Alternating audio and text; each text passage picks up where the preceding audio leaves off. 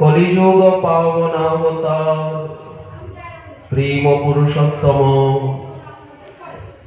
আনন্দ ঘন মূর্তি শ্রী শ্রী নদিয়া বিহারী গৌর হরি পরম অন্তরঙ্গ প্রিয় পার্ষদ প্রবর পরম পূজ্যপাদ শ্রী বৃন্দা বিপিন নিবাসী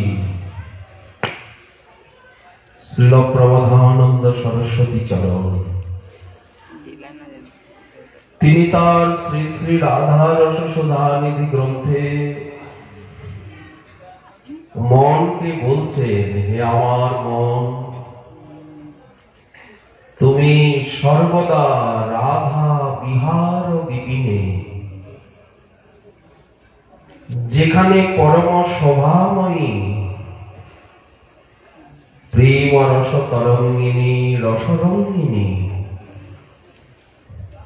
শ্যাম মনমোহিনী কিশোরীমণি স্বামিনী শ্রী রাধারানী বিহার করেন।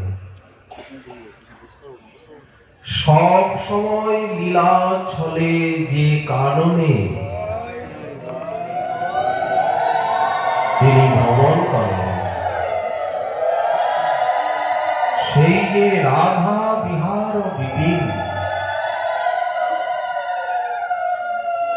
সেখানে তুমি রমণ করো। হে মন, রাধারানীর এই বনস্থলীকে তুমি চিন্তন করো, ধ্যান করো। এখানে ভ্রমণ করে দর্শন করে তুমি আনন্দ লাভ করো, তৃপ্তি, অপার সুখানুভূতি। এখানের আকাশে বাতাসে, এখানের আকাশে রাধারানীর রূপের সোনালী ছটা, বাতাসে রাধারানীর অঙ্গগন্ধ এবং তার বাণী মাধুরী আভূষণের শব্দ, এতে গুঞ্জায়মান। রাধা করাচিত পল্লব বল্লরীকে, এখানকার প্রতিটি বৃক্ষলতা বল্লরী বিতান, প্রত্যেকটি জায়গায় রাধারানী বৃক্ষলতাকে স্পর্শ করছেন, পুষ্প চয়ন করছেন, গাছের ডালে ঝুলন হচ্ছে। ঝুলত শ্যাম গৌরী বাম আনন্দ রঙ্গে মাতিয়া। বনে বনেই তো খেলা হচ্ছে। রাধা কুণ্ড সন্নিধানে বর্ষা হর্ষদ বনে, বকুল কদম্ব তরু শ্রেণী, অজস্র বকুল বৃক্ষ, কদম্ব, তমাল, অর্জুন, পিয়াল, চম্পক, শতপর্ণ, পুন্না, কত কত দিব্য বৃক্ষাবলী, নাগকেশর, মল্লিকা, মালতী, জাতি, যুথি, কেতকী, রঙ্গন, টঙ্কন, কত কত কুসুম। বকুল কদম্ব তরু শ্রেণী, শ্রেণীবদ্ধ।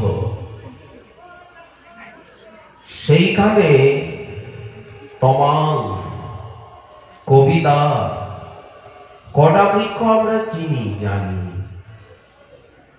সেইখানে ঝুলন খেলা হচ্ছে। এইরকম হোলি খেলা, বন ভ্রমণ, পুষ্প চয়ন, কত কত লীলা।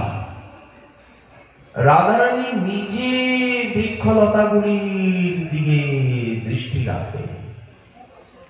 রাধারানীর দ্বারা প্রতিটি বৃক্ষ লতা লালিতা পালিতা। বনের স্বামিনী উনি, বনের অধীশ্বরী। প্রত্যেকটি বৃক্ষলতার নিকটে নিকটে গিয়ে উনি কুসুম চয়ন করছেন, খেলছেন, লুকোচুরি খেলা হচ্ছে। পুষ্পের উদ্যানে লুকোচুরি খেলা। না প্রিয়তম প্রাণবল্লভ,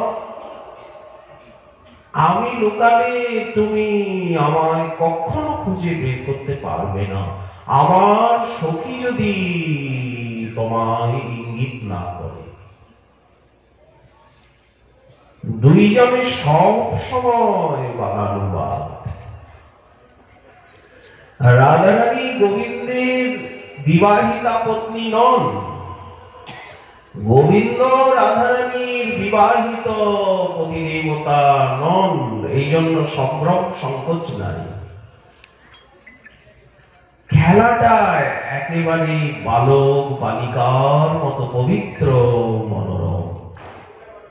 সব সময় বাদানুবাদ, সব খেলা,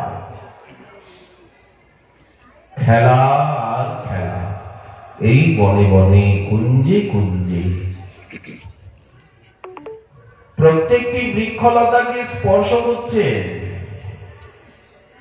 রাধা করাবচিত পল্লব বল্লরীকে, বল্লরী বলতে লতা। রাধা পদাঙ্ক বিলসন, খালি চরণে চলেছেন। এখানে পাদুকা পড়েন না, পাদুকা আছে, পাদত্রাণ, কিন্তু প্রয়োজন হয় না। বৃন্দাবনের ভূমি পরম সুখময়ী, মণিময়ী, নবনীত কমলা। ফুলের পাপড়ি পড়ে পড়ে পড়ে পড়ে, ফুলের রেণুতে, ফুলের মধুতে সুবাসিত কোমল, কোমল অপেক্ষাও অতি সুকোমল। স্বপদ রমণম। শ্রীমদ্ ভাগবত বললেন বৃন্দারণ্যং স্বপদ রমণম, যেন বালিশের তুলোর, শিমুল তুলোর বালিশের উপর দিয়ে চলেছে, এমন মনে হয়। ফুলের পাপড়ির উপর দিয়ে। আর নিকুঞ্জের পথগুলিকে তো সাজানো হয় চন্দন জলে, আতর জলে, গোলাপ জলে, জুই চামেলির জলে, সব সময় চিরকাপ করা হচ্ছে, সিঞ্চিত বাসিত। সব জায়গায় রাধারানীর চরণ চিহ্ন, শ্যাম সুন্দরীর চরণ চিহ্ন। চরণ চিহ্নে বিভূষিত বনস্থলী। রাধা পদাঙ্ক বিলসন মধুর স্থলীকে, সপ্তমী বিভক্তি, অধিকরণে সপ্তমী। বৃক্ষগুলি কি মনোরম রাধা মাধবের কথা বলে। পাখিগুলি রাধা মাধবের মনোরম কথা বলে বৃক্ষ শাখায় বসে বসে। শাখী শাখে বসি পাখি, মুদয় মুদিয়া রহে আখি। ওই বৃক্ষের তলায় মণিবেদিকায়, প্রত্যেকটি বৃক্ষ মণিময়ী বেদিতে বাঁধানো। রাধা মাধব চলতে চলতে সেই বেদিতে বসে, তখন পাখিগুলি সেবা করে। নাচে ময়ূর ময়ূরী, তারা পেখম তুলি। সব পাখিগুলি আপন কলকণ্ঠে গান গাইতে থাকে। ওদের ভিতরে কলহ লেগে যায়, সুখ শারীর কলহ যাকে বলে। কত কত বর্ণনা। এরা রাধা মাধবেরই গুণ গায়। রাধা বিহার বিপিনে, এ রাধারানীর বিহার বিপিন। এখানে নিত্য বিহার, নিত্য কেলি, নিত্য লীলা, নিত্য রস। নবদ্বীপেও, নীলাচলেও, সব জায়গায় লীলা নিত্য, যেখানে যে লীলা। সেই রাধারানীর বিহার বিপিনে আমার মন রমিত হোক। হে মন, এদিকে ওদিকে মাছি হয়ে করছে মাছি। কাঁঠালের গুঁতোর উপরে কিরকম বিচ্ছিরি মাছি ফেলাও। মনটা যাতে মাছি হয়ে ভ্যান ভ্যান করছে, পুজ রক্তে গিয়ে পড়ছে, মাছি। মন যেন মাছি না হয়, ভ্রমর হোক, মৌমাছি হোক।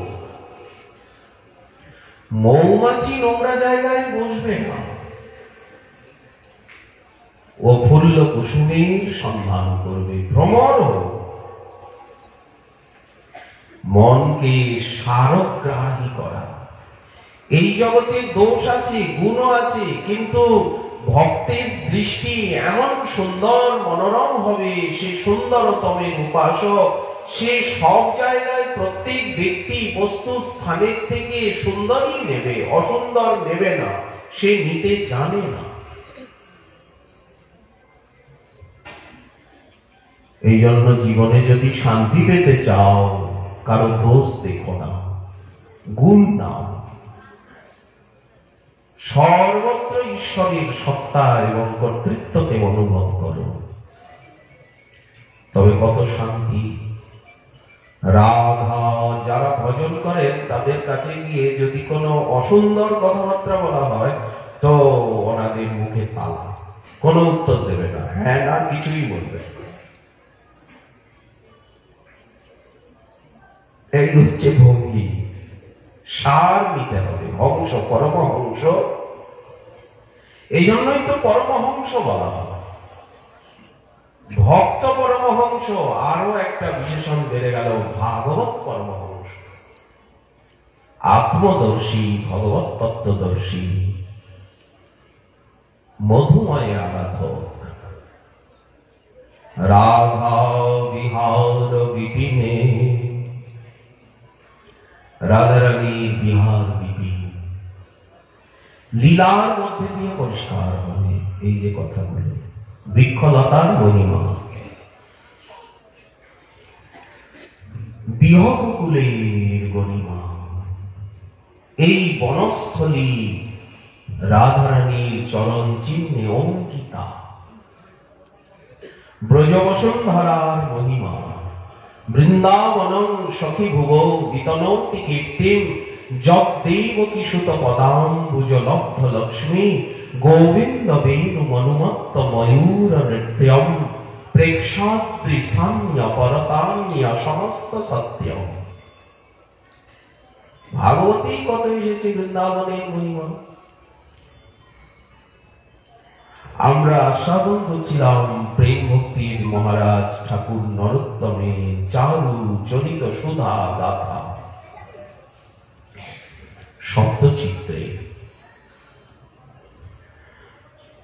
কিভাবে এই রসকে পাওয়া যায়, রাধারানীর চরণ অবধি কিভাবে যাওয়া যায়।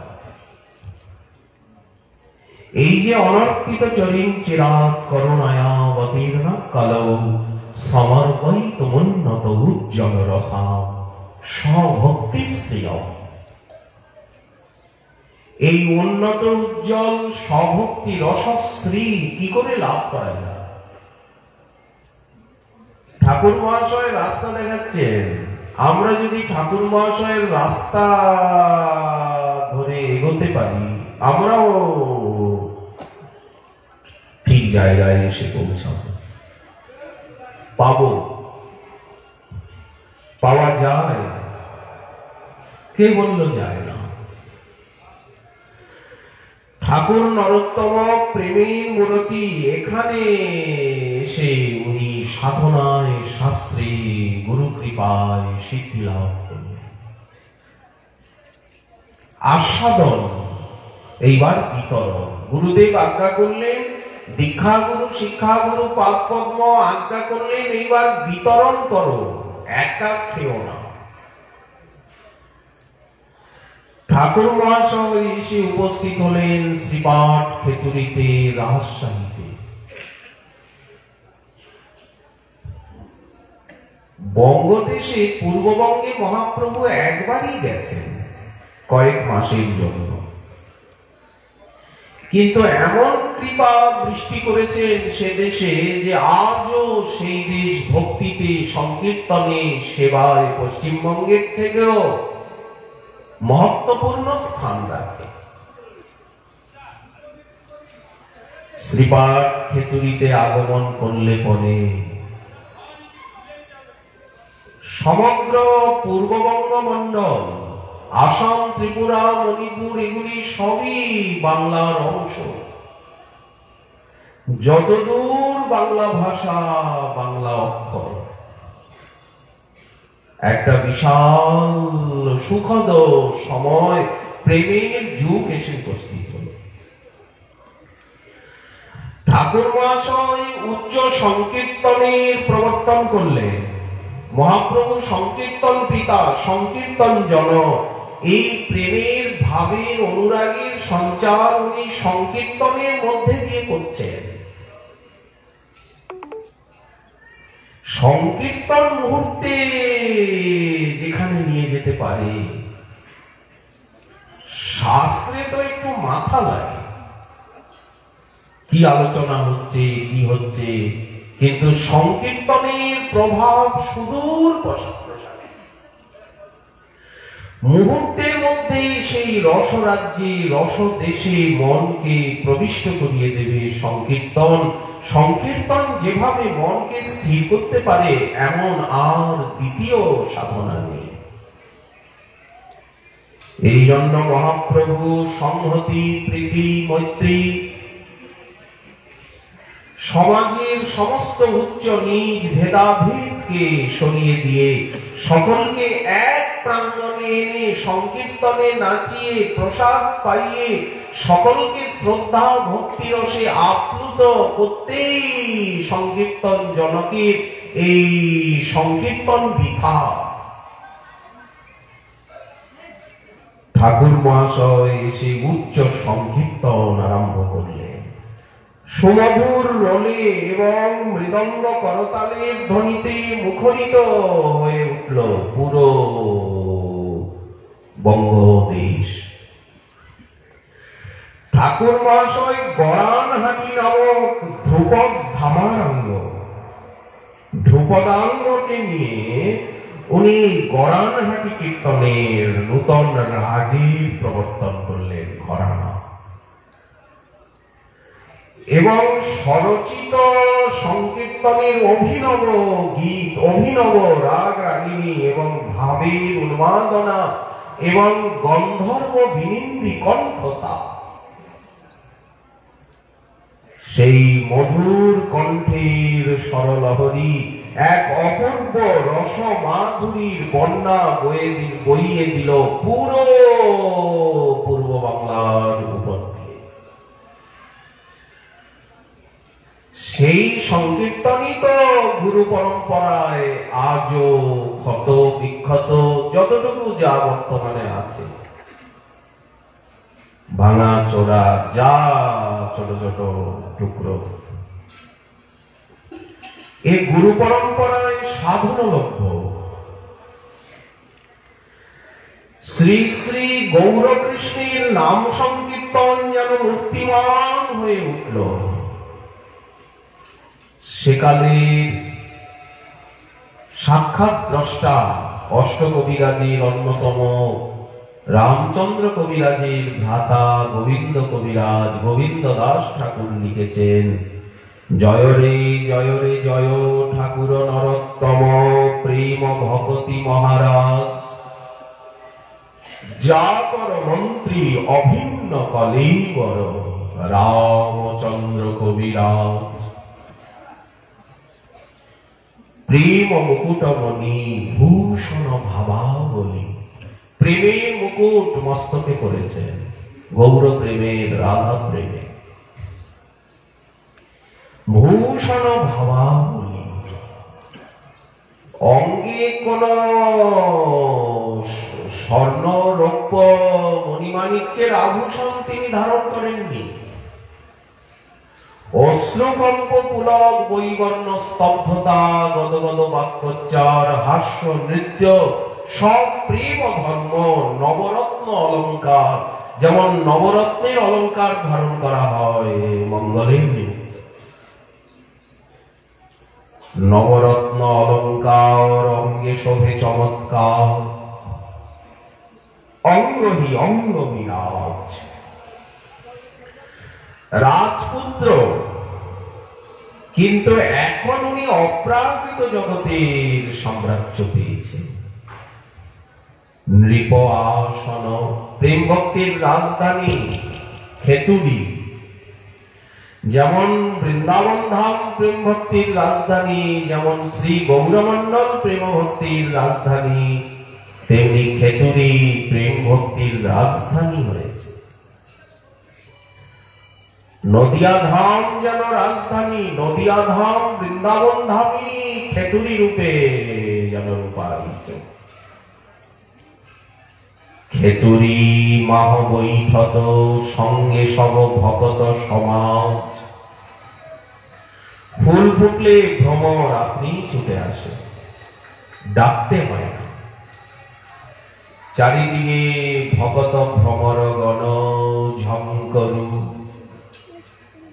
ভক্ত ভ্রমরগণ তাকে ঘিরে ঘিরে ঘিরে ঘিরে ঝঙ্কার তুলেছে। রূপ সনাতনকৃত গ্রন্থ ভাগবত, অনুদিন করত বিচার। সকলকে রূপ সনাতনের গ্রন্থাবলী পড়াচ্ছেন, শিষ্যদেরকে পড়াচ্ছেন। এই ভজন করতে গেলে গ্রন্থ অনুশীলন করতে হবে। তো কে করাবে? গুরুদেবই তো করাবে। খালি যে নাম মন্ত্র দিচ্ছেন তা নয়, প্রত্যেকটি গ্রন্থের অক্ষর হাতে ধরে ধরে সেবা শেখাচ্ছেন, সদাচার শেখাচ্ছেন, গ্রন্থ শেখাচ্ছেন, সংকীর্তন শেখাচ্ছেন, সংহতি প্রীতি মৈত্রী ব্যবহার শেখাচ্ছেন। গুরুদেব যদি না শেখান, আমরা শিখবো কোথা থেকে? শেখার জন্যই তো গুরুকরণ। রূপ সনাতনকৃত গ্রন্থ ভাগবত, অনুদিন করত বিচার। এটা ভজনের জন্য বিচার, প্রফেশনাল নয়। রাধা মাধব ঔপচারিক নয়। রাধা মাধব যুগল উজ্জ্বল রস, পরমানন্দ সুখ সার। রাধা মাধবীর যুগল উজ্জ্বল প্রেম রসের স্থাপনা করছেন, বুক বাজিয়ে গাইছেন, বলছেন জীবনে মরণে গতি আর নাহি। ধনমোর নিত্যানন্দ, পতিমোর গৌরচন্দ্র, প্রাণ মোর যুগল কিশোর। শ্রী সংকীর্তন বিষয় রস গুণমত, সংকীর্তন রসাস্বাদনে উন্মত্ত, সেবারস আস্বাদনে। সংকীর্তন রস, সেবারস, নাম রস, গ্রন্থ রস, সবই তো রস। বিরস কোথায়? সর্বোপরি সংকীর্তন রস। মৃদঙ্গ বাদ্য শুনিতে মন সদা অবসর যাচি, গৌর বিহিত কীর্তন শুনি আনন্দে হৃদয় নাচে। সংকীর্তনেই যদি নাচতে না পারলাম তো খোরা হলাম না কেন? খঞ্জ হওয়া ভালো ছিল। সংকীর্তনে কেউ স্থির থাকতে পারে? সংকীর্তন বিষয় রস গুণমত। আর কোন ধর্ম অধর্ম বলেন কোন দিকে দিকপাত নেই। ঋষিকে গোবিন্দ সেবা, আমি না পুজিব দেবী দেবা। কোন দেব দেবীর চিত্র আছে কোথায়? শুধুমাত্র বলা হয় দেবী সরস্বতী। এটাও ভাগবতীর শ্লোক। আর কোন দেব দেবীর নাম নেওয়া হয় দরকার আছে? নরনারায়ণ ভগবান, দেবী সরস্বতী, ব্রহ্ম নদী এবং ব্যাসদেবকে স্মরণ করে যে কোনো পুরাণ গ্রন্থ পাঠ করা উচিত। ওই এতটুকুই বলা হয়। আর তো কোনো দরকার নেই বোঝা বাড়িয়ে। না বুঝিবে দেবী, না বুঝিব দেবী দেবায়, এই তো অনন্য ভক্তি কথা। আর যত উপালম্ব, আমাদের এখানে কোন দেব দেবী দেখেন? শারদীয় উৎসব চলে গেল, কিছুই নাই, বোঝাই যায় কবে কোন দেব দেবীর পূজা নাকি পূজা বোঝাই যায়। এই তো কোজাগরী পূর্ণিমা গেল, কিছু বোঝা গেল? হাওয়া বাতাস লাগলো কি? কিছুই নাই, খটখটে। এই তো অনন্য ভক্তি কথা। আর যত উপালম্ব বিশেষ সকলই দম্ভ, দেখিতে লাগে মনে ব্যথা। কাপড় নাই, সারা অঙ্গে অলঙ্কার রয়েছে, কিন্তু কেউ যদি কাপড়টা না পরে, বস্ত্রহীন অলঙ্কার দেহে ভূতের রাজা। ঠিক তেমনি যদি হরিভক্তি না থাকে, হাজার লাফালাফি দৌড়াদৌড়ি, কিচ্ছু না। যোগ দান ব্রত আদি ভয়ে ভাগত, রোয়ত কর্ম জ্ঞান। না যোগের দরকার আছে, না ব্রত। অন্নব্রত, অন্ন তপ, অন্নব্রত, অন্নদান, নাহি কর বস্তু জ্ঞান, অন্ন সেবা, অন্ন দেব পূজা। হাহা কৃষ্ণ বলি বলি, বেড়াবো আনন্দ করি, মনে মোর নহে যেন দুজা। এত পরিষ্কার ভাবে কে বুঝিয়েছেন রাস্তাকে? ভাগবত শাস্ত্রগণ যোদেই ভগতি ধন। কে ভক্তি দেবে? ভক্তই তো দেবে, গ্রন্থই তো দেবে। গোলক সম্পুর প্রেমের মঞ্জুষা গ্রন্থাবলী। গ্রন্থাবলীকে আদর করব, ভক্তকে আদর করব, শ্রী বিগ্রহকে আদর করব, ধামকে আদর করতে শিখব, তবে তো ভক্তি পাবো। নাকি এদেরকে অনাদর অবহেলা অবজ্ঞা করে কোনোদিন ভক্তি পাওয়া যাবে? ভাগবত শাস্ত্রগণ যদি ভগতি ধন, তাক গৌরব করু আপনি তাক গৌরব করু, তাদেরই আপনি গৌরব করেন। ভক্ত ভাগবত এবং গ্রন্থ ভাগবতকেই আপনি আদর করেন, সম্বর্ধনা অভ্যর্থনা। সাংখ্য মীমাংসক তার্কিকাদি যত, কম্পিত দেখি পরতা। ভজনের ভক্তির প্রভাব প্রতাপটা একটা আলাদা। যত সাংখ্যবাদী মানে আত্মবাদী, মীমাংসক বলতে কর্মী, যত তার্কিক, তারা প্রতাপ দেখে কম্পিত। যেমন সূর্যের প্রতাপ দেখে পেচকুল কম্পিত হয়। দিনের বেলা পেঁচাগুলো কোটরে বসে আর মনের সাথে সূর্যকে গালি দেয়। বৃক্ষ কোটরে বসে পেঁচাগুলো বেরোতে পারে না, সূর্যের আলোয় দেখতেও পায় না, মিট মিট মিট মিট করে তাকায়। করির মতো বড় বড় চোখ, কিন্তু মিটমিট করে তাকায় আর মনের সাথে সূর্যকে গালি দেয়, এই আপদটা কখন বিদায় নেবে, আমরা বেরিয়ে আনন্দ করব, খাদ্য অন্বেষণ করব। রবির কিরণে যার আখি পরশন্ন নইল।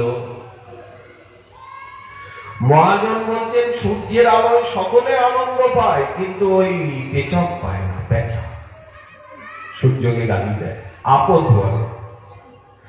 রবির কিরণে যার আখি পরশন্ন নইল, বিধাতা বঞ্চিত ভেল তাই। সূর্য সকলকে আনন্দ দেয়, কিন্তু পেঁচাকে পায়। তেমনি সাংখ্য মীমাংসক তার্কিক এরা প্রতাপ দেখে কম্পিত, দূরহি, দূরে দূরে দূরে। অভক্তরূপী চোর, যারা ভক্ত নয় তাদেরকে বলা হচ্ছে চোর, অভক্ত চৌর, দূরহি ভাগীরথী। নিয়রে নিকটে নাহি পরকাশ, নিকটে আসছে না। দীনহীন জনে দেওয়াল ভকতি ধনে, আজ দিনহীন কাঙাল পাবে। ধনী মানি কুলীন পণ্ডিত যদি দিনহীন কাঙাল হয় তো পাবে, দিনহীন কাঙাল না হলে পাওয়া যাবে না। কীর্তনের আসরে আসবে, হরিকথার আসরে আসবে, সাধু সঙ্গীর প্রাঙ্গণে আসবে, তবে তো পাবে। কিন্তু যারা দোতলা, 20 তলা, 50 তলায় বসে রয়েছে, ধনী মানি কুলীন পণ্ডিতের বড় অভিমান, দুর্গন্ধ বেরোচ্ছে। দিন না হলে তো পাওয়া যাবে না। দিনের অধিক দয়া করেন ভগবান। যখন বৃন্দাবনের থেকে ঠাকুর নরোত্তমকে বিদায় দেন, তার গুরুপাদ পদ্ম লোকনাথ গোস্বামী, বৃদ্ধ একমাত্র শিষ্য, রাধা বিনোদীর সেবা রয়েছে, উনি তো জীবনে আর শিষ্য করেননি। একমাত্র এমন সুযোগ্য শিষ্যকে উনি সারা জীবনের জন্য দেশবাসীর সেবায় অর্পণ করে দিলেন। এটা গুরুদেবের কত বড় ত্যাগ। বৃদ্ধাবস্থায় ঠাকুরের সেবা রয়েছে, অক্ষম শরীর, একমাত্র শিষ্য, এবং সে সর্বদা কাছে থাকতে চায়, গুরুদেবের সেবা করতে চায়, এমন শিষ্যকে উনি ওই পূর্ব বাংলায় চিরতরে নির্বাসন দিয়ে দিলেন। আর এখানে আসতেও আদেশ করলেন না। বললেন, নরোত্তম, তুমি মহাপ্রভুর মনোভীষ্ট, শ্রীচৈতন্য মনোভীষ্ট স্থাপিতম চেন ভূতলে। উনি নিজে লিখেছেন, তো মনোভীষ্ট উনি কিভাবে মহাপ্রভুর স্থাপন করলেন? মহাপ্রভু কি চান?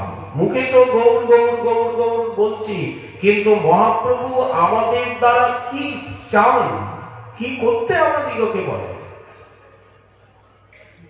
আচার এবং প্রচার। আমি গোরার মুখে না বলিলে চলে, গোরার আচার, গোরার বিচার নিলে তো ফল ফলে। আস্বাদন এবং বিতরণ, অর্জন, আত্ম অর্জন। মহাপ্রভুর মনোভীষ্ট এই সংকীর্তনের প্রচার হোক। সংকীর্তনে কেন অলসতা? বিগ্রহ সেবার প্রচার, বৈষ্ণব সেবার প্রচার, ভাগবত আদি ভক্তি গ্রন্থের প্রচার। আমরা যেন কখনোই সেবাকে, সংকীর্তনকে গৌণ না করি জীবনে। আমি পাচ্ছি না ঠিকই, কিন্তু আমার ভিতরে যেন সদ্ভাবনা, প্রেরণা, আকাঙ্ক্ষা থাকে। না, এমনটি হওয়া উচিত, এতটুকু কথা যেন বলি, ঔচিত্য জ্ঞানের থেকে যাতে দূরে সরে না যায়। লোকনাথ প্রভু আদেশ করেছিলেন, প্রিয় নরোত্তম, গৌরমণ্ডলে সংকীর্তনের প্রচার করো, বিগ্রহ সেবা প্রকাশ করো, বৈষ্ণব সেবা এবং শাস্ত্র সেবা, ধামের সেবা। ঠাকুর মহাশয় কবে খেতুরিতে আসবেন, কবে বিগ্রহ সেবা প্রকাশ করবেন, সেই সেবা নেওয়ার লালসায় মহাপ্রভু শ্রীবিগ্রহ রূপ ধারণ করে বিপ্রদাস ব্রাহ্মণের এক ধান্য গোলায় আগের থেকেই বিষ্ণুপ্রিয়া দেবীকে নিয়ে অপেক্ষা করছে। যেমন গোপালদেব বলছেন, মাধব বহুদিন আমি তোমার পথপানে চেয়ে আছি। এই মৃত্তিকাভ্যন্তরে, এই কণ্টকাকীর্ণ কুঞ্জে কত ঝড়, কত বৃষ্টি, কত দিন, কত রাত, কত শীত, কত গ্রীষ্ম আমার উপর দিয়ে চলে গেল। আমি এখানে আছি, ঠাকুর যদি সর্বশক্তিমান হন, উনি মাটির তলায় কেন পড়ে আছেন? তোমার পথপানে চেয়ে মাধব, মাধবেন্দ্র পরিপাতকে গোপালদেব বলছে, তোমার প্রেমে আমি করি তোমার সেবা অঙ্গীকার। এতদিন আমার এই মাটির তলে থাকবার কোনো হেতুই নেই, তুমি আসতে বিলম্ব করছো। তোমার পথপানে চেয়ে কত বছর কেটে গেছে, সেবা নাই, পূজা নাই। তোমার প্রেমে, তোমার পথপানে চেয়ে আজ তোমার প্রেমে বশীভূত হয়ে আমি করি তোমার সেবা অঙ্গীকার। আমি দর্শন দিয়া নিস্তারিণ সকল সংসার। শ্রীগোপাল নাম মোর গোবর্ধনধারী, বজ্রে স্থাপিত আমি ইহার অধিকারী। তেমনি মহাপ্রভু ঠাকুর মহাশয়ের সেবা নেবেন বলে বিপ্রদাস নামক এক ব্যক্তির ধান্য গোলায় পিয়ার সঙ্গে অপেক্ষা করছে। ওখানে সাপের ভয়ে সেই পরিত্যক্ত ধানের গোলায় কেউ যায়। বড় বড় বিষধর সর্প রয়েছে। একদিন স্বপ্নে দেখছেন উনি যে মহাপ্রভু এসেছেন, ওনাকে বুকে জড়িয়ে ধরেছেন। নরোত্তম, এই খেতুরিতেই বিপ্রদাসের ধান্য গোলায় আমি প্রিয়াজির সঙ্গে অবস্থান করছি, তুমি কাল গিয়ে আমাকে ওখানে থেকে নিয়ে এসো। শোনো, আরো পাঁচ মূর্তি কৃষ্ণ বিগ্রহ তুমি নির্মাণ করো। সকল শ্রীপাঠেই সেবা রয়েছে, কিন্তু 6 বিগ্রহের সেবা তো কোথায় হবে? কেউ রাধা মাধব প্রতিষ্ঠা করেছেন, কেউ নিতাই গৌর বা নিতাই গৌর সীতানাথ, কেউ গৌর গদাধর। এইভাবে সর্বত্র একই সেবা। কি মহাপ্রভুর সেবা, কি রাধা মাধবের সেবা, কিন্তু একেবারে 6 বিগ্রহের সেবা। উনি সকালে গিয়ে যেই ধানের গোলার দরজা খুলেছেন, সঙ্গে সঙ্গে মহাপ্রভুর শ্রীবিগ্রহ ওনার বুকে এসে সবেগে লগ্ন হয়েছে। বিষ্ণুপ্রিয়া দেবীর সঙ্গে মহাপ্রভু। উনি গৃহে এনে আর সিংহাসনে বসিয়ে নিজে অপূর্ব গৌর গুণগান করতে লাগলেন। গৌর সুন্দরের রূপলাবণ্য দেখে আকৃষ্ট পঞ্চবিগ্রহ নির্মাণ হয়ে গেল। ফাল্গুনী পূর্ণিমা, চৈতন্যের জন্মযাত্রা ফাল্গুনী পূর্ণিমা, ব্রহ্মাদি এই তিথির করেন আরাধনা, ভক্তি প্রদায়িনী তিথি। সর্ব সুমঙ্গল এই তিথিতে উপস্থিত হয়। এতেকে এই তিথির করিলে সেবন, প্রেম ভক্তি হয় খণ্ডে অবিদ্যাবন্ধ। ফাল্গুনী পূর্ণিমা তিথিতে প্রতিষ্ঠা হবে সেবা। মন্দির নির্মাণ হয়ে গেল। গৌরমণ্ডলে যত যেখানে গৌরাঙ্গগণ রয়েছেন সকলকে পত্রী পাঠালেন, আমন্ত্রণ খেচুরিতে আসবার জন্য। নদিয়ায়, শান্তিপুরে, শ্রীখণ্ডে, কাটোয়ায়, পানিহাটিতে, কুলিনগ্রামে, ত্রিবেণীতে, যেখানে যত গৌরগণ আছেন সব শ্রীপাঠে শ্রীপাঠে নিমন্ত্রণ পত্রী গেল। পঞ্চমীর থেকে এই উৎসবের শুভারম্ভ হলো। ফাল্গুনী শুক্লা পঞ্চমী থেকে মঙ্গলাচরণ গীতি চলতে লাগলো, সংকীর্তন গীতিকায় মুখরিত হয়ে উঠল। শ্রীনিবাস আচার্য প্রভু জাজিগ্রাম থেকে এলেন উৎসবের অধ্যক্ষতার নিমিত্ত। শ্যামানন্দ প্রভু এলেন মেদিনীপুরের থেকে, উৎকল হতে ভক্তবৃন্দকে নিয়ে। শান্তিপুরের থেকে সকলে গেলেন, সব জায়গার থেকে মহান্তগণ উপস্থিত হলেন। অধিবাসের দিন পূর্ণিমার পূর্বদিন শ্রীপাঠ খড়দহ হতে নিত্যানন্দ শক্তি ঈশ্বরী ভগবতী জাহ্নবা ঠাকুরানী সদনে উপস্থিত হলেন খেতুরিতে।